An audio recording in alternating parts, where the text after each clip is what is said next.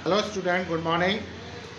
आज हम स्टार्ट करेंगे क्लास 11 में अकाउंट सब्जेक्ट में बेसिक टर्म्स ऑफ अकाउंटिंग, पारिभाषिक शब्दावली लेखांकन की, जिसमें से कुछ टॉपिक मैंने आपको पिछली वीडियो में बताए, जिनकी लिंक मैं आपको डिस्क्रिप्शन में दे दूंगा, तो आप वहां से उसको देखकर समझ सकते हैं। तो गाइस स्टार्ट करते हैं उसी क्रम में आगे। तो इसमें सबसे पहले माल, तो माल क्या होता है, गुड्स क्या होता है। तो ऐसी वस्तुएं जो उसी रूप में बेचने के उद्देश्य से अथवा बेचे जाने वाले माल के निर्माण के लिए खरीदी जाती हैं, वे सब व्यापार में माल कहलाती हैं। यानी ऐसी वस्तुएं जिन्हें हम बेचने के लिए खरीद रहे हैं या जिनसे हम कोई नई वस्तु बनाने के लिए खरीद रहे हैं, वो हमारा गुड्स होती हैं, माल होती हैं। जैसे एक व्यापारी के लिए, कपड़े व्यापारी के लिए कपड़ा, उसके लिए गुड्स होगा। स्टेशनरी की शॉप वाले के लिए जो बुक्स हैं, कॉपी हैं, पेंसिल हैं, ये उसके लिए गुड्स होंगे।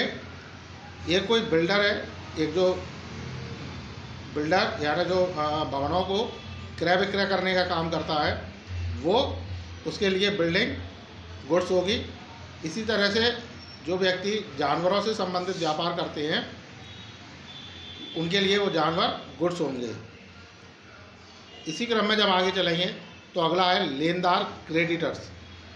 लेनदार या क्रेडिटर्स वह व्यक्ति या संस्था होते हैं जिनसे हमने उधार माल खरीदा है या उधार सेवाएं ली है, या जिन्हें हमें भुगतान करना है।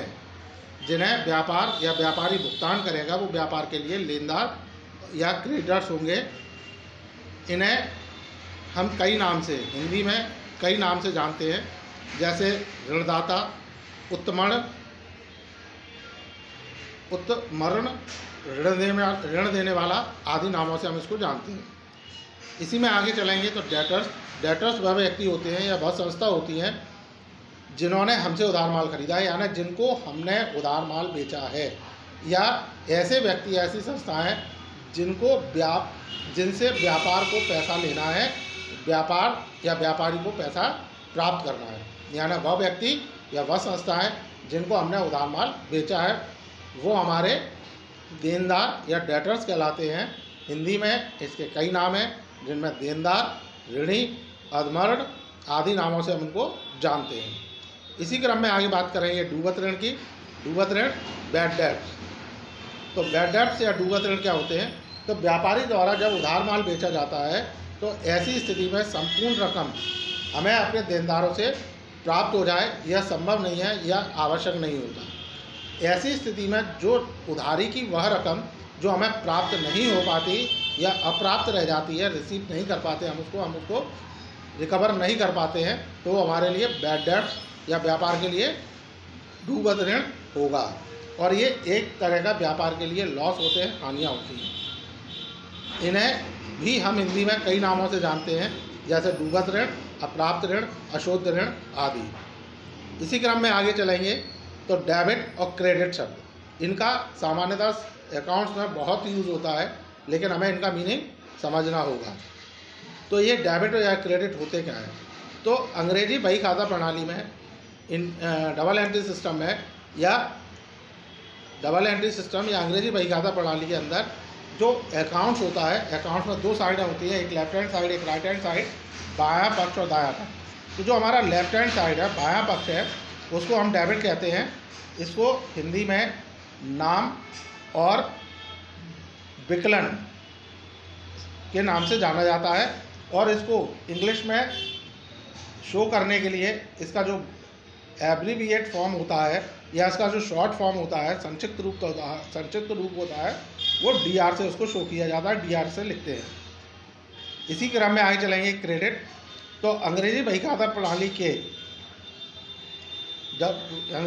प्रणाली में जब हम खाते तैयार करते हैं, तो खाते का जो राइट हैंड साइड होता है, यानी दाहिना भाग, सीधे हाथ की जो साइड होती है, वो हमारा क्रेडिट पक्ष कहलाती है। इसको भी हम जमा या समाकलन, हिंदी में जमा और समाकलन नाम से जानते हैं, तथा इसका अंग्रेजी में एब्रीविएटेड फॉर्म या संक्षिप्त रूप या शॉर्ट फॉर्म इसका CR होता है। तो गाइज, आपको इनके बारे में समझ में आ गया होगा।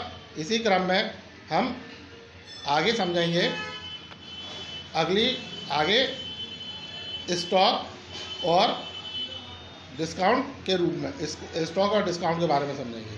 तो स्टॉक क्या होता है? स्टॉक का अर्थ होता है जो माल व्यापारी के पास बेचने से शेष रह गया, यानी जो उसके पास अभी उसके गोदाम में, उसकी दुकानों में है, वो स्टॉक कहलाता है। स्टॉक दो तरह के होते हैं, एक प्रारंभिक स्टॉक और एक अंतिम स्टॉक। प्रारंभिक रहती है और अंतिम रहती है। स्टॉक को भी हम कई नामों से जानते हैं, जैसे स्टॉक हुआ, स्कंद हुआ या रहतिया हुआ। तो ये स्टॉक, स्कंद, रहतिया ये हमारे दो तरह के होते हैं, एक प्रारंभिक, एक अंतिम, ओपनिंग और क्लोजिंग। अब ओपनिंग स्टॉक क्या होता है, क्लोजिंग स्टॉक क्या होता है? तो ओपनिंग स्टॉक का तात्पर्य होता है ऐसा स्टॉक जो वर्ष के प्रारंभ में, यानी जिस दिन हमारा ईयर स्टार्ट हो रहा है 1 जनवरी, या जो हमारा फाइनेंशियल ईयर स्टार्ट होता है 1 अप्रैल, उस दिन जो माल हमारे दुकान में या गोदाम में है वो ओपनिंग स्टॉक माना जाता है, ओपनिंग स्टॉक कहलाता है। इसी क्रम में जब आगे बढ़ेंगे तो क्लोजिंग स्टॉक। तो क्लोजिंग स्टॉक होता है जो माल वर्ष के अंतिम दिन, वर्ष के अंत में, यानी चाहे वो 31 दिसंबर हो या 31 मार्च हो, उस दिन हमारी दुकान में या गोदाम में जो माल है वो क्लोजिंग स्टॉक होती है। अब ओपनिंग और क्लोजिंग स्टॉक को भी हम 3 भागों में बांट सकते हैं। ये जो 3 भाग होते हैं वो होते हैं कच्चे माल का, अर्धनिर्मित माल का और तैयार माल का। यानी जो ओपनिंग स्टॉक, क्लोजिंग स्टॉक है वो हमारे 3 तरह के गुड्स होते हैं। उनका हो सकता है जिसमें कच्चा माल, रॉ मटेरियल, अर्धनिर्मित माल, वर्क इन प्रोग्रेस या सेमी फिनिश्ड गुड्स, और तीसरा तैयार माल, फिनिश गुड्स का हो सकता है। इसी तरह से यही तीनों की तीनों टाइप्स हमारे क्लोजिंग स्टॉक में भी होते हैं, क्लोजिंग स्टॉक में भी होते हैं। अभी तैयार माल, अर्धनिर्मित माल और कच्चा माल होता क्या है? तो जो उत्पादन संस्थाएं होती हैं जिनका काम उत्पादन करना है, वस्तुओं का उत्पादन करना, बनाना होता है, वहाँ ये तीनों तरह के स्टॉक देखने को मिलते हैं। जिनमें कच्चा माल, यानी जो माल अभी तैयार नहीं हुआ, जिसको हमें रूप परिवर्तित करके तैयार करना है। अर्धनिर्मित माल, ऐसा माल जो आधा बन चुका है, आधा भी नहीं बना है।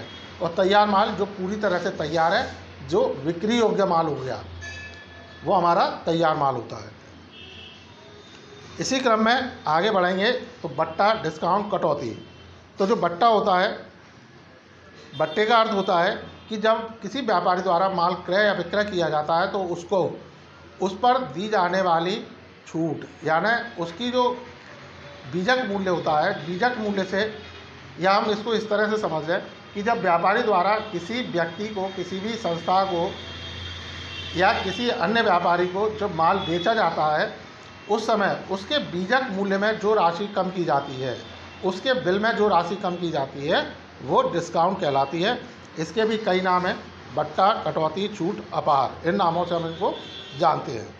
जो बट्टा होता है वो 2 तरह के होते हैं, व्यापारिक बट्टा और नगद बट्टा। अब इनके बारे में हम इसमें अंतर को पढ़कर इनके अर्थ और इनकी विशेषताओं के बारे में समझ सकते हैं।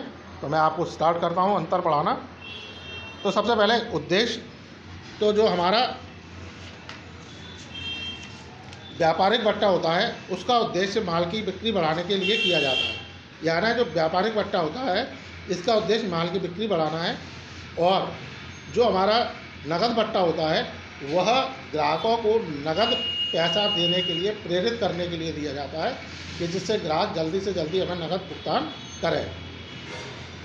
दूसरा है समय।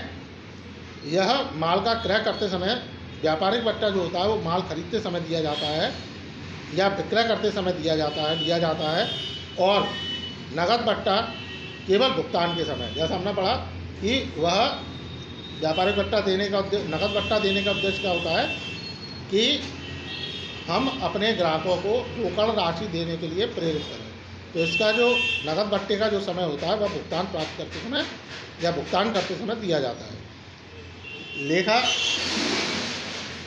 तो जो हमारा व्यापारिक बट्टा है इसको हम पुस्तकों में नहीं लिखते, बल्कि इसका मूल्य, बीजक मूल्य, जो उसका बट्टे की, व्यापारिक बट्टे की राशि होती है उसे बीजक मूल्य की राशि में से कम करके अपनी पुस्तकों में दिखाया जाता है। इसको व्यक्तिगत रूप से, व्यक्तिगत रूप से इसको हम अपने अकाउंट्स में शो नहीं करते हैं, जबकि नगद बट्टे को हम अपने अकाउंट्स में शो करते हैं, इसे करना ही पड़ता है।